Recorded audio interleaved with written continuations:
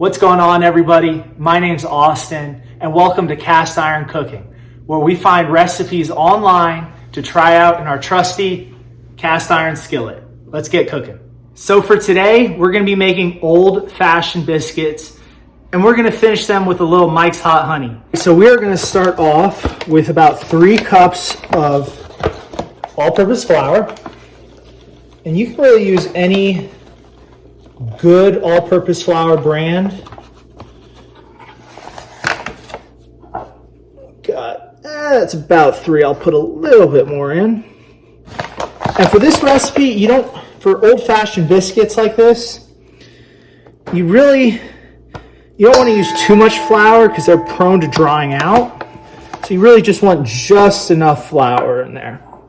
All right, so next we got 3 tablespoons of sugar. So 3 tablespoons of sugar. And again, I'm not a professional cook or anything like that. These are just recipes that everyone can try out at home and see if they like them. So that's 2. And that's 3 tablespoons of sugar. And then to that 3 tablespoons of sugar, we're going to add 1 teaspoon of salt. There we got 1 teaspoon of salt. And then to help these biscuits rise, we're going to add 1 tablespoon of baking powder. So I don't think the brand of baking powder really matters. Just make sure, try not to spill it all over the place like I just did there, but you know, we're cooking. It's not meant to be neat. All right, there's 1 tablespoon of baking powder. And to that, we're going to add a decent amount of butter. And the recipe called for slicing the butter in. So you get kind of cold to room temperature butter where it kind of holds its shape still. And it said almost a cup of butter. So we'll shoot for just under a cup of butter, kind of eyeball it out. As always, more butter is probably better than less butter. So we'll be generous with the butter. How about that? We'll go 1 more little piece. It's probably good right there. So now, if you have a specific pastry tool that you can use to mix this in, that would be ideal. For me right now, I'm just going to use a fork. And ideally, you want to kind of mix everything together, but you don't want the butter so fine that it disappears. You almost want a little bit of chunkiness to the butter in there. It's going to look really good and taste really good in those biscuits. So let's get everything incorporated in here. Really kind of try to hit each pat of butter with the fork. All right, so after our butter is nice and mixed up and incorporated well, we're going to start adding our liquid ingredients. And here, I have a little bit over a cup of milk. It's about 1 1/4 cups of milk. And what I've done to actually turn it kind of into a buttermilk, ideally you could buy buttermilk from the store. My store didn't have any buttermilk, so I just added a little bit of lemon juice to the milk. And that lemon juice is going to make it into buttermilk. So we're just going to slowly kind of pour that in there. Like that. Give it a little mix. Just like that. And then we can add the rest of our milk just like that. It's perfect. Mix that up a little bit. Give it a couple stirs. And it should look wet right now. We're going to add a little bit more flour to this when we start kneading it, but that's right about perfect. Ooh, it already starts to smell good. It smells like baking biscuits. All right. So get that out of there. Perfect. So to this, we're going to add 1 egg. Preferably without the shell, because you don't want to try to dig the shell out of the flour. That would not be good. So 1 egg. And then mix that again.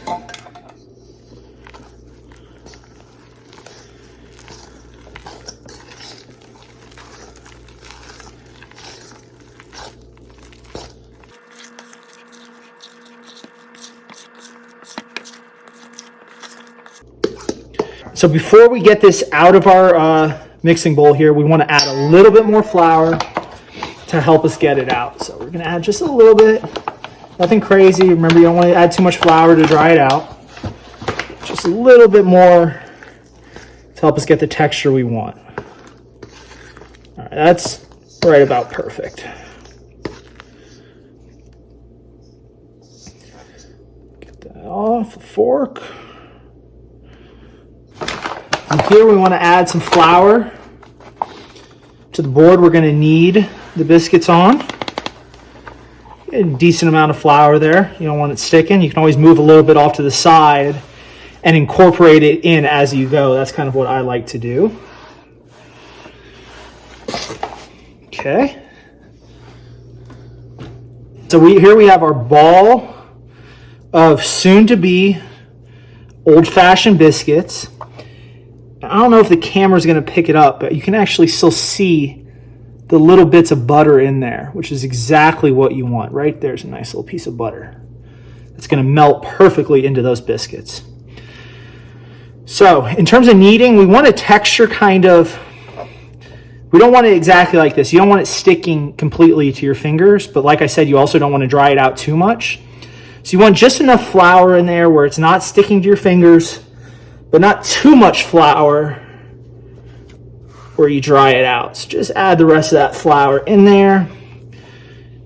And we're going to go ahead and we're going to knead this for about a minute. It's not like a pizza where you want to knead it 10 minutes and you're using yeast and all that, and you're going to need to let it proof. Remember, this recipe, we didn't even use yeast in it, so we're not relying on that. We just need about a minute to knead and get everything incorporated in there.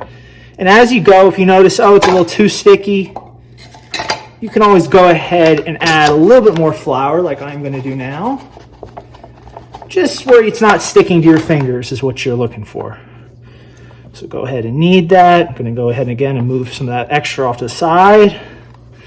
And let's shoot for about a minute.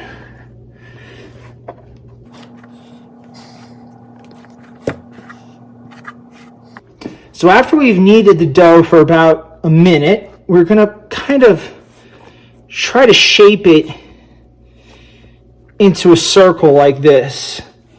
And we want it to be about, about a 1/4 inch or half an inch thick at this stage for each biscuit. Because remember, they're going to puff up when they go in there. So in order to cut our biscuit shapes, you can either use like a biscuit cutter, cookie cutter. But today, since I have neither, we're going to use the top to a mason jar. And it actually ends up working perfectly. So get in there, kind of get your shape. There's one.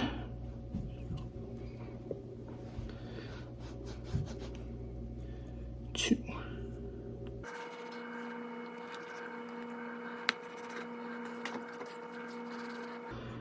There. And with the dough that you don't cut, you can pull it out like this. And you can quickly re-knead it a couple times and then cut 1 or 2 more biscuit shapes out of that as well. I think we're just going to cut one more out. We just have a 12-inch cast iron, so we don't have a crazy amount of room to be cooking these in. So we'll go one more, just like that. And that's perfect. And we can always save this if we want to make a couple more. So now we're going to grab our cast iron skillet, and this is just a Lodge 12-inch cast iron that I picked up from the store. These only run you about $29. Great for day-to-day use, but any cast iron will work for this. To that, we're going to add just a little bit of butter. And while this thing is pretty non-stick at this point already, this extra butter is really going to help get those biscuits out in the end. We're just going to have the heat on low while we just melt this down a little bit. Get the sides, because remember, those biscuits are going to puff up a little bit. Perfect. So get the rest excess out, and that's perfect right there. So now we can grab our soon-to-be homemade biscuits and start placing them in nice and neatly. And actually, you want to turn that off. So we're going to turn that off. I forgot to turn that off. Good thing I just remembered, or that would have been really bad. So we're just going to put these in. Try to give each one a little bit of space between them because they are going to puff up, like I said.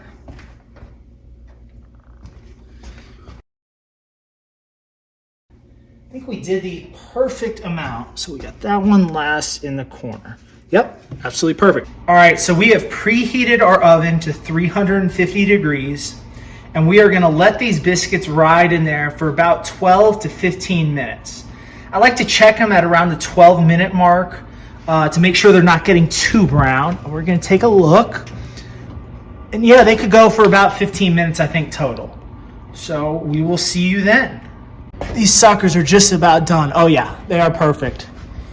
Golden brown on the top. I bet you they are nice and flaky on the inside. Oh, do they look perfect. And just a reminder, when you are handling cast iron, the handle gets very, very hot. So wear protective gloves like that, and I even put a little towel between the glove and the pan itself. Let's let these cool down for about a minute, and then we're gonna get a little hot honey glaze on top. Also, the major advantage of doing this in cast iron compared to your normal bakeware is, look, absolutely zero stick, and the bottoms get a nice golden brown as well. So normally you don't get that golden brown on the bottom, but these are perfect and they're very hot and hard to handle. And these would go great with, you could have these with coffee in the morning. You could slide a little piece of chicken between the two of them, a little gravy on top. Anything really works with these guys. So let's grab one of these biscuits. This guy here is calling my name. Put them over here. And like I said in the beginning, we're gonna finish this with a little Mike's Hot Honey, a little glaze on top. Let me turn off the oven real quick. Little Mike's Hot Honey glaze, just like that. Okay, let's try it. Hot honey biscuit going down.